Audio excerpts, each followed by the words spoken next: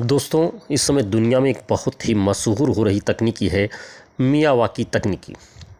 मन की बात के 102वें एपिसोड में पीएम मोदी ने इस बात का जिक्र किया और उन्होंने कहा कि जापान की इस तकनीकी के जरिए केरल के रामनाथ ने खेतों का स्वरूप बदल दिया।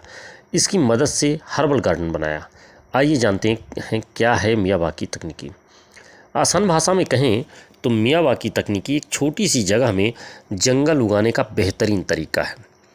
मियावाकी जंगल की खास प्रक्रिया के जरिए उगाई जाने वाली इस पद्धति में ये जंगल हमेशा हरे भरे रहते हैं और इसकी खोज की है जापान के बॉटनिस्ट अकीरा मियावाकी ने।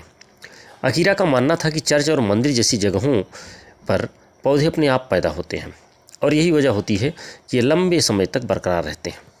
इसलिए इन्होंने इसमें हर्बल विधि का प्रयोग किया, अर्थात जो जंगल 100-200 वर्ष में उगते हैं उतना घना जंगल 10-20 वर्षों में कैसे उगाया जाए।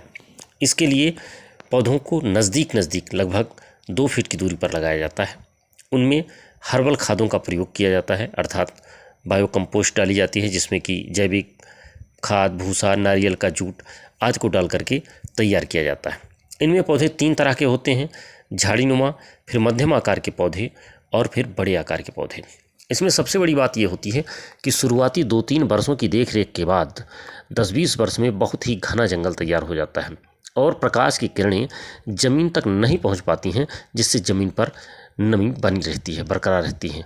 वास्तव में आज के बदलते हुए परिदृश्य में बहुत ही महत्वपूर्ण है इस तरीके से छोटी छोटी जगहों पर जंगलों को तैयार करना, पर्यावरण को बचाना। इस प्रकार मियावाकी तकनीकी से हम जल्द से जल्द समय में जंगलों को तैयार करके अपने पर्यावरण का संरक्षण कर सकते हैं।